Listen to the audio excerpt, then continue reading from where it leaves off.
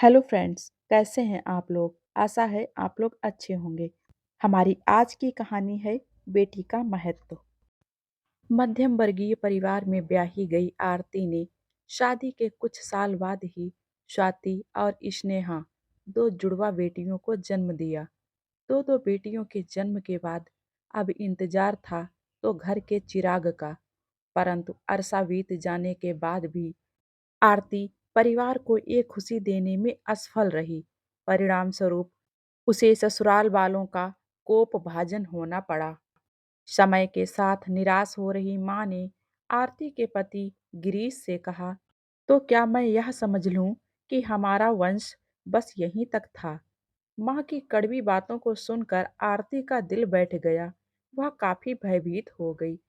उसे अपनी शादीशुदा जिंदगी और अपनी दोनों बेटियों के भविष्य की चिंता सताने लगी। परंतु आखिरकार हुआ वही जिसका आरती को डर था। माँ बेटे ने वंश की प्राप्ति के लिए नई बहू लाने की सोची। आरती जानती थी कि वह उन्हें उनके मकसद में कामयाब होने से रोक नहीं पाएगी। ऐसे में उसने अपनी छोटी बहन अंजनी को ही अपने पति गिरीश की दूसरी पत्नी बनाने में अपनी भलाई समझी। आखिरकार माँ बेटे की मनोकामना पूरी हुई। गिरीश को अपनी दूसरी पत्नी अंजनी से एक पुत्र व दो पुत्रियां प्राप्त हुईं। घर को वारिस देने के नाते जहां एक तरफ अंजनी का मान जान आरती से काफी बढ़ गया, वहीं दूसरी तरफ अंजनी के रंग ढंग भी पहले से बहुत ज्यादा बदल गए। वह अब आरती की बहन कम सौतन ज्यादा बन बैठी।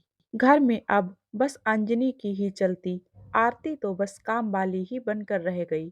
जब स्वाति और स्नेहा 8वीं कक्षा में थीं, तब बाहर बरामदे में बैठे गिरीश ने अंजनी से कहा, स्वाति और स्नेहा अब काफी बड़ी हो चुकी हैं।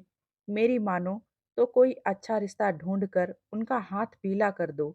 बेटियां हैं, ज्यादा पढ़ लिख गईं तो मूड़े बैठ जाएंगी और तब उनके लायक रिश्ता ढूंढना भी मुश्किल हो जाएगा।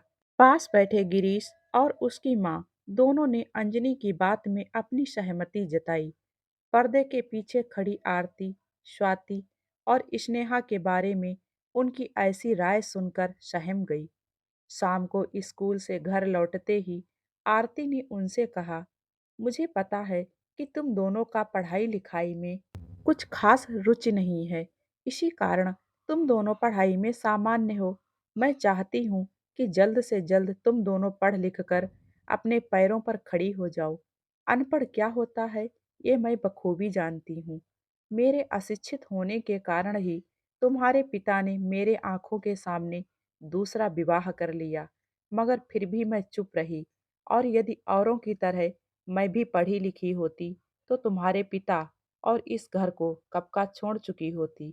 आरती आगे कहती है, मैं नहीं चाहती कि जैसा मेरे साथ हुआ वो तुम्हारे साथ भी हो। तुम दोनों मन लगाकर पढ़ाई करो। यदि तुम दोनों पढ़ाई लिखाई में अच्छा प्रदर्शन करोगी तो तुम्हारा रास्ता कोई नहीं रोक पाएगा, वरना शायद तुम दोनों 10वीं की पढ़ाई भी पूरी नहीं कर सकोगे। ऐसा कहते कहते आरती फपक पड़ी। उसकी आंखों से अश्रु की धार बह निकली। माँ की बातों ने स्वाति और स्नेहा को अंदर तक झकझोर दिया। फलस्वरूप दोनों ने पढ़ाई को अपना पैशन बना लिया। उधर बेटियों को ज्यादा पढ़े लिखे होने को हमेशा गलत मानने वाले स्वाति व स्नेहा के परिवार वालों ने आनन फानन में उनका विवाह तय कर दिया। यह खबर सुनते ही आरती के पैरों के नीचे की जमीन खिसक गई। एक पल के लिए उसे ऐसा लगा मानो अपने बच्चों के लिए देखा गया उसका सपना टूट कर बिखर गया हो। परंतु बेटियों के भविष्य को देखते हुए परिवार के इस मनमाने फैसले के खिलाफ आरती उठ खड़ी हुई। आज तक सब कुछ चुपचाप सहन कर लेने वाली आरती का ये नया रूप ससुराल वालों को चकित करने वाला था। उसने अपने कान के दोनों झुमके बेचकर दोनों बच्चियों का दाखिला 10वीं में करा दिया। अपनी कड़ी मेहनत के भरोसे दोनों बहनों ने अच्छे अंकों के साथ फिर इंटरमीडिएट तक की शिक्षा प्राप्त कर ली। माँ की आशाओं पर खरा उतरने को तत्पर स्वाति व स्नेहा अब नर्सिंग की ट्रेनिंग करना चाहती थीं।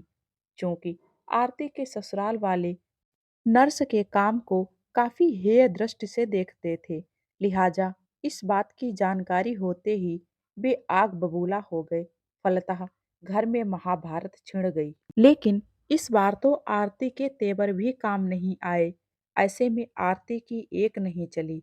अचानक एक दिन स्वाति व स्नेहा घर से गायब थे। उसके ना मिलने पर परिवार वालों ने आरती को बेहाल कर दिया, परंतु आरती ने उन्हें कुछ भी नहीं बताया। आरती दुनिया की वह पहली माँ थी जिसने अपनी बेटियों को घर से भागने में खुद मदद की थी। असल में आरती ने अपने सारे गहने बेचकर दोनों बेटियों का दाखिला एक जाने माने नर्सिंग कॉलेज में करवाया था। वादे के मुताबिक 4 वर्षों तक ना माँ ने कभी बेटियों से संपर्क किया और ना बेटियों ने कभी माँ से मिलने की कोशिश की, जिसके कारण परिवार वालों को कभी स्वाति और स्नेहा के बारे में कोई खबर नहीं मिल सकी।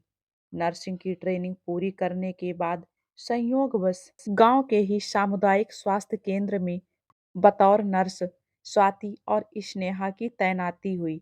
इस बात की खबर परिवार वालों को होने पर वे बहुत नाराज हुए, परंतु सिवाय हाथ मलने के वे कुछ नहीं कर सके। वक्त ने एक बार फिर करवट बदला। काफी दिनों से बीमार चल रहे पिता को आखिरकार सेठ के वहां से हमेशा हमेशा के लिए छुट्टी मिल गई। परिणाम स्वरूप घर में कई समस्याएं एक साथ आकर खड़ी हो गईं। जैसे अब घर का खर्चा कैसे चलेगा, घर में बची दो बेटियों का ब्याह कैसे होगा, और इन सबसे बड़ा सवाल ये कि जिसे अब तक घर का चिराग कहा जा रहा था, उस चिराग के प्रकाशमान होने तक दिए में तेल कौन डालेगा। दोस्तों, इन सवालों के जवाब मैं आप लोगों पर छोड़ती हूँ और आप लोग ही तय करें कि घर के लिए कौन ज़्यादा जरूरी है, सिर्फ बेटा या योग्य पुत्र व पुत्रियाँ।